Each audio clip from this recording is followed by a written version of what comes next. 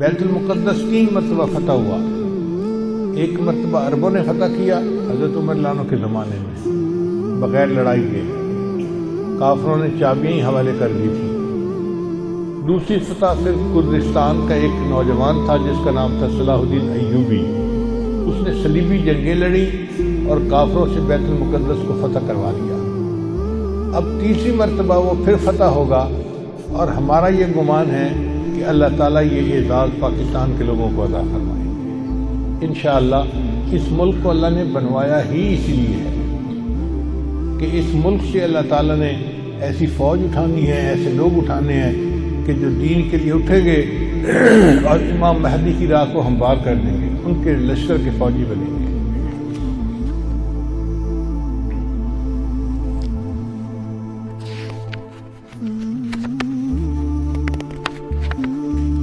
علامہ اقبال نے بہت خوبصورت شعر کہا ہے فارسی میں،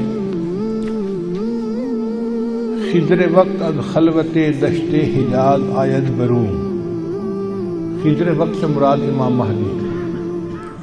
خضر وقت از خلوت دشت حجاز آید برون، کاروان زی وادی دور و دراز آید برون.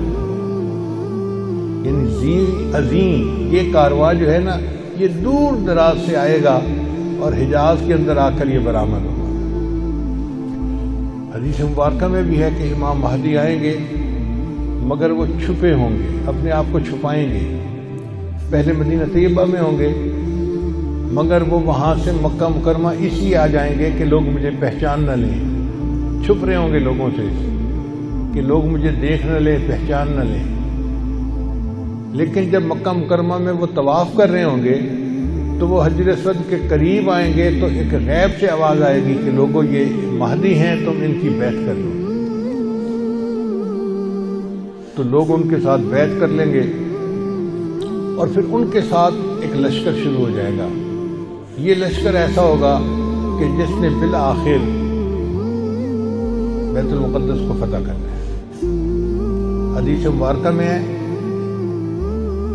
کہ کالے جھنڈے یہ لے کر لوگ اٹھیں گے اور وہ اس کو جا کر بیت المقدس کے اندر گاڑیں گے.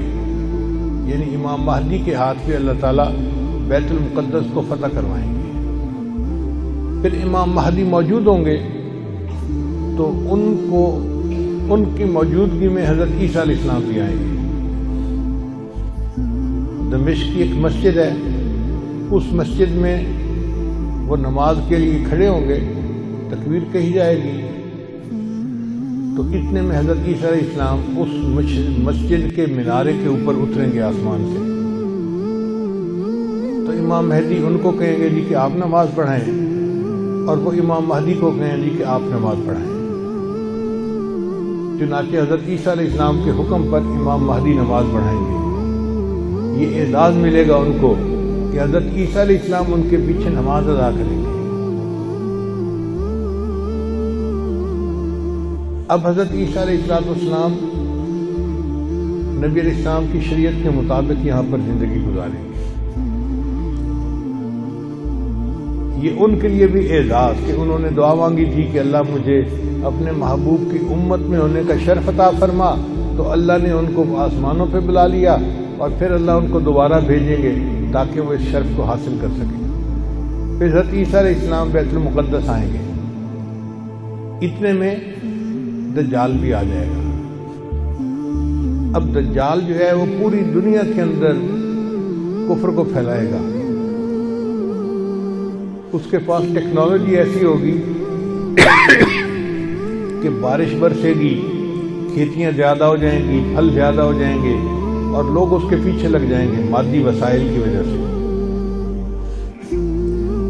بلکہ حدیث پاک میں آتا ہے کہ اس کی پیروی کرنے والی عورتیں زیادہ ہوں گی، کیونکہ عورتوں میں مادیت پرستی زیادہ ہوتی ہے، چمک دمک ان کو زیادہ کھینچتی ہے، تو یہ دجال کے فتنے میں زیادہ گرفتار ہوں گی. پھر حضرت عیسیٰ علیہ السلام کو جب پتہ چلے گا تو وہ دجال کی پیچھا کریں گے کہ اس کو قتل کریں. اب دجال وہاں سے بھاگے گا تو بھاگ کے کہاں جائے گا؟ وہ اسرائیل جائے گا اور وہاں پر ایک جگہ ہے، اس کا نام ہے باب لد.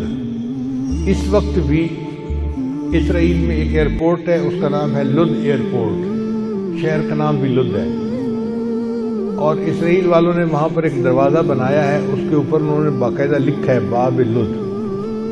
1400 سال پہلے نبی علیہ السلام نے فرما دیا کہ اس جگہ پر دجال پہنچے گا تو عیسیٰ علیہ السلام وہاں پر اس کو قتل کر دیں گے۔